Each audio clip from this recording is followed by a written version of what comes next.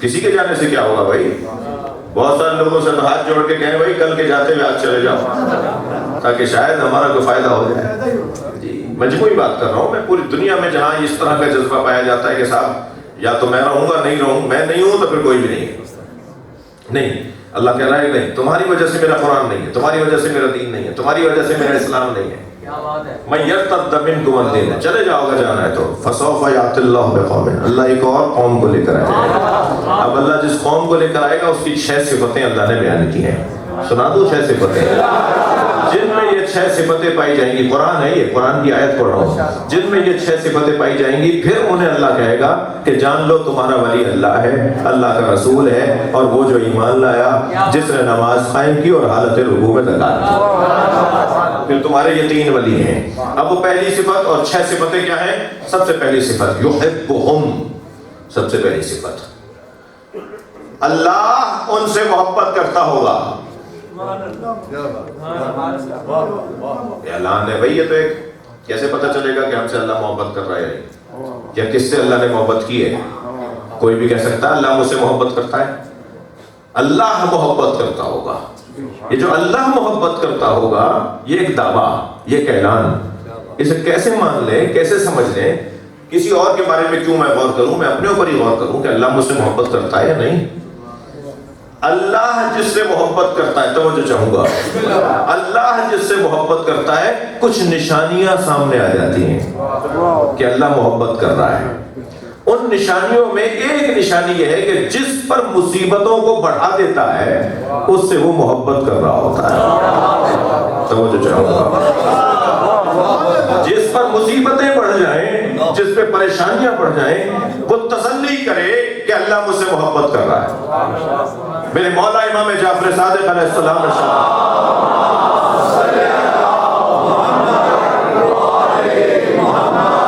ایمان کی تجدید کرے وہ مومن نہیں رہا. 40 دن گزر گئے، کوئی پریشانی نہیں آئی. مولا فرما رہے ہیں وہ اپنے ایمان کی تجدید کرے. پریشانی آنا تھی اگر مومن تھے تو. اللہ جس سے محبت کرتا ہے اسے مصیبتوں میں ڈالتا ہے. میں بہت دیر اس موضوع پر بات کر سکتا ہوں مگر ان ساری باتوں کو چھوڑ کر، جیسے بیت کے 2 مصرے بتائے جاتے ہیں نا، مرثیے کے اندر 2 مصرے آخری جس کے بعد وہ بند پورا ہو جاتا ہے، تو میں بیت کے 2 مصرے کے طور پر ایک جملہ کہہ دیتا ہوں، ایک دلیل دے دیتا ہوں. اللہ جن سے محبت کرتا ہے علامت یہ ہے کہ ان پر مصیبتوں کو بڑھا دیتا ہے. محبت اور مصیبت یہ 2 لفظ ذہن میں رکھتے ہوئے اب دربار شام میں جناب زینب کا جملہ سنیں. بی بی فرماتی ہیں البلاء للولا. جب عبید اللہ ابن زیاد نے کہا نا کہ کیا ہوا تمہارے ساتھ، کتنی مصیبتیں دیکھی تم نے، تو جناب زینب نے خطبے میں ارشاد فرمایا محبتوں کی وجہ سے ہی تو مصیبتیں ہوتی. اللہ ہم سے محبت کرتا ہے. صلوات پڑھ لیں محمد و آل محمد.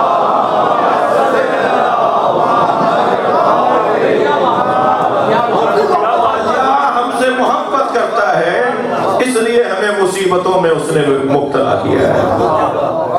اس کی طرف سے اتنی مصیبتوں کا آنا دلیل ہے کہ اللہ ہم سے محبت کرتا ہے. یہ دلیل کہ اللہ جس سے محبت کرتا ہو، قرآن کہہ رہا ہے یحبہم، یہ دلیل کہ اللہ جس سے محبت کرتا ہو اس کے علامت اور نشانی مصیبتوں کا آنا ہے. جتنی مصیبتیں بڑھیں گی اتنا یہ مضبوط ہوگا. جتنا مضبوط ہوتا چلا جائے گا اللہ کی محبت بڑھتی چلی جائے گی. اور جب یہ صبر کی انتہا پر پہنچے گا تو حسین کہلائے گا. لفظ کہہ دیا، ورنہ ہر انسان خود کو حسینی بولتا ہے. خاص طور پر دنیا کے اندر اگر کوئی بہتری لانے کی بات کرتا ہے تو وہ بغیر امام حسین لا ہی نہیں سکتا. وہ جو بھی بہتری کی بات کرتا ہے وہ کہتا ہے میں حسینی ہوں. ہندوؤں کے اندر، عیسائیوں کے اندر، میں آپ میں سے بہت سو کا آنا جانا رہتا ہے باہر کے ممالک میں، غیر مسلم لوگوں کے ہاں جو امام حسین کا احترام ہے وہ ایک دیدنی ہے. ایک دلیل تو یہ ہے کہ جس سے وہ محبت کرتا ہے اسے مصیبتوں میں مبتلا کرتا ہے. توجہ. اور دوسری دلیل یہ ہے کہ جس سے وہ محبت کرتا ہے، جس سے وہ محبت کرتا ہے اس کو خلوص عطا کرتا ہے. بھائی میں اپنی قوم کا ایک درد بھی رہوں گا یہاں بیٹھ کے، میں اپنی قوم کا ایک درد بھی رہوں گا یہاں، اور آپ کو بھی رلاؤں گا اپنے ساتھ۔ اسے خلوص عطا کرتا ہے، جس سے وہ محبت کرتا ہے اسے خالص بنا دیتا ہے، اسے خالص بنا دیتا ہے۔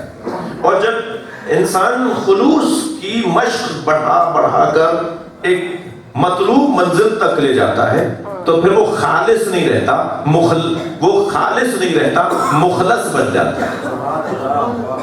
یعنی ہوں یا نہیں، میں تو کہتا ہوں میں مخلص ہوں، لوگ بھی بہت سے سمجھ لیتے ہیں کہ میں مخلص ہوں، لیکن میں کیسے اپنے آپ کو اطمینان دلاؤں کہ میں مخلص ہوں؟ انہوں نے فرمایا کہ مجمع کی عبادت اور تنہائی کی عبادت میں اگر فرق نہ ہو تو تم مخلص ہو،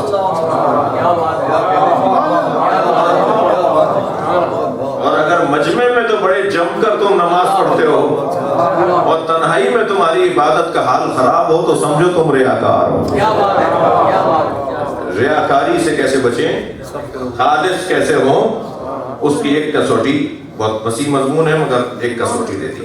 میری قسمت بہت اچھی ہے بختیار بھائی، یہ نوجوان مجھے سننے کے لیے تشریف فرمائے، یہ بچے مجھے سننے کے لیے آئے ہوئے ہیں، اور یہ بڑی سنجیدگی سے بہت دیر سے مجھے برداشت کر رہے ہیں، اور مجھے امید ہے کہ یہ یہاں سے کچھ نہ کچھ ضرور لے کر جائیں گے۔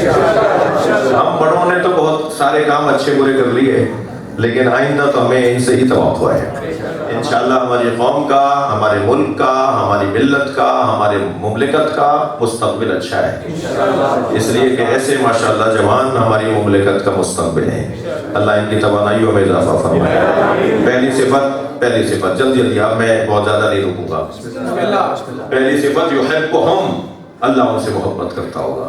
دوسری صفت یحبونہ، وہ بھی اللہ سے محبت کرتے ہیں، اللہ سے محبت کرتے ہوں گے، وہ بھی اللہ سے محبت کرتے ہوں گے۔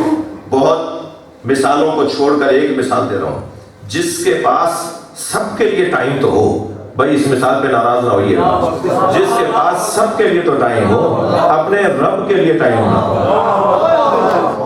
2 رکعت نماز نہیں پڑھی جا رہی، یہ اللہ سے کہاں محبت کرتا ہے؟ اللہ سے محبت کا ایک جلوہ تو یہ ہے کہ اس کے لیے وقت مقرر کیا، اس نے طے کیا ہوا ہے کہ فجر کی نماز ہے، ظہر اثر کی ہے، مغرب عشاء کی ہے، آ جاؤ پڑھنے کے لیے۔ اور پھر سرکار دو جہاں نے تو آسانی فراہم کر دی کہ میری امت ملا کے بھی پڑھ سکتی ہے، علیحدہ علیحدہ بھی پڑھ سکتی ہے۔ تو جب آپ ملا کر قریب کر کے نماز پڑھنے کی آپ سہولت رکھتے ہیں تو اس سہولت کو بھی اگر کوئی نہ لیتا ہو، اور دعویٰ قرآن کہہ رہا ہے کہ صفت یہ ہے، علی والوں کی صفت یہ ہے تواضع، مومنین کے سامنے تواضع، یہ کہیں عادت نہ بن جائے، لہذا چوتھی صفت سنیے۔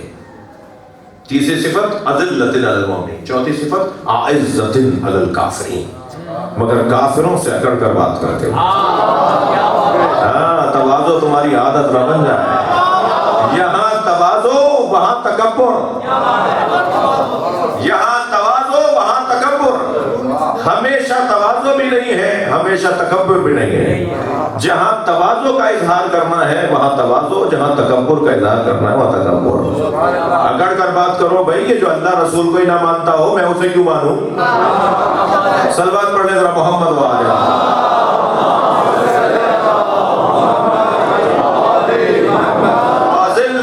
المؤمنین عزت علی الکافرین، یہ چوتھی صفت۔ پانچویں صفت سناؤں؟ یجاہدون فی سبیل اللہ، ہمیشہ کچھ نہ کچھ اللہ کی راہ میں کرتے رہتے ہو۔ بھائی کیا کر رہے ہو اللہ کے لیے؟ یہ نوکری تو تم اپنے لیے کر رہے ہو۔ کیا کر رہے ہو اللہ کے لیے؟ یہ کاروبار تو تم اپنے لیے کرتے ہو، یہ زمینداری تو تمہاری اپنی ہے۔ اللہ کے لیے کیا کر رہے ہو؟ وہ نماز پڑھنے گئے تھے، وہ نماز پڑھنے گئے تھے، یہ اللہ کے لیے نماز پڑھنے گئے تھے، یہ تو اللہ کی محبت کا اظہار ہے۔ اللہ کے لیے کیا کیا تم نے؟ اللہ کے لیے کچھ نہ کچھ کرتے رہنا۔ مثلا یہی جوان بیٹھے ہوئے ہیں، آج سوشل میڈیا کا زمانہ ہے، فرض کیجیے ایک مثال آ گئی میرے ذہن میں، آپ اسی رستے سے قرآن کے پیغامات کو اگر عام کرتے رہیں تو یہ اللہ کی راہ میں جہاد ہے۔ مثلاً قرآن کی آیات کو لے لیجئے، ان کے ترجمے کو لے لیجئے، ان کی تفسیری کو ایک نقطہ لے لیجئے، اس کی پوسٹ بنا لیجئے، اس کا کوئی کیا کیا بولتے ہیں ہم لوگ سوشل میڈیا کے لوگ، جی اس کی ایک پوز بنا کے اسے عام کر دیجئے. اب جس کے پاس بھی اللہ کا پیغام جائے گا تو آپ جہاد کرنے والوں میں شمار ہو. یہ ایک سامنے کی مثال میں رہتی ہے اور 50 مثالیں ہو سکتی ہیں. ہر شخص طے کر سکتا ہے خود کہ مجھے اللہ کی خاطر کیا کرنا ہے. کچھ اللہ کی راہ میں جہاد کرنا. جہاد سے مراد جد و جہد ہے. جہاد سے مراد تلوار چلانا نہیں ہے, نیزہ برچھی چلانا نہیں ہے. اسلحہ اٹھانے والے کو مجاہد ہی نہیں کہتے, بلکہ یہ جو جگہ ہے نا جہاں سے میں بات کر رہا ہوں, یہاں تو جہاد کی اجازت جب تک امام معصوم نہ دے جہاد ہوتا ہی نہیں ہے. تو یہ جو جہاد قرآن میں آیا ہے جو بیان ہو رہا ہے, یہ جہاد سے مراد جد و جہد ہے, کوشش ہے. اجتہاد اسی خاندان کا لفظ ہے, کوشش کرنے والے, حق تک حقیقت تک پہنچنے کی کوشش کرنے والے. یجاہدون فی سبیل اللہ, یہ ہے 5ویں صفت.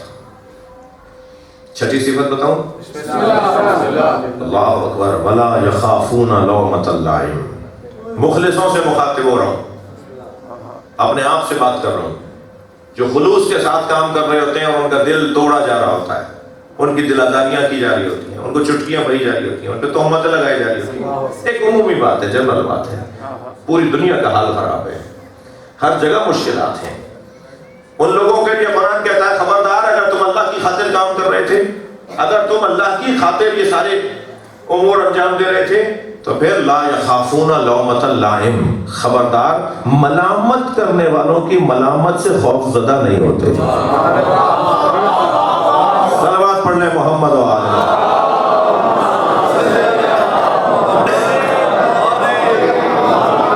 ملامت کرنے والوں کی ملامت سے خوف زدہ نہیں ہوتے. اپنا تم کام کیے چلے جاؤ, اپنا تم کام کرتے رہو. تم ان کی خاطر تو کام کر نہیں رہے تھے, جس کی خاطر کر رہے تھے وہ تمہارے کام کو دیکھ رہا ہے. صلوات پڑھ لیں محمد و آلہ.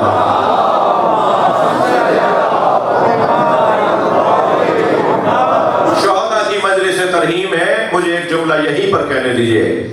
قومیات کے جو لوگ ہوتے ہیں, جو قومی خدمات انجام دینے والے مجاہد ہوتے ہیں, ان کی دل آزاری ہونا لازمی ہے. ہو نہیں سکتا کہ کوئی اجتماعی, سماجی, قومی, سیاسی, معاشرتی خدمات انجام دے رہا ہو اور اس کی دل آزاری نہ ہو.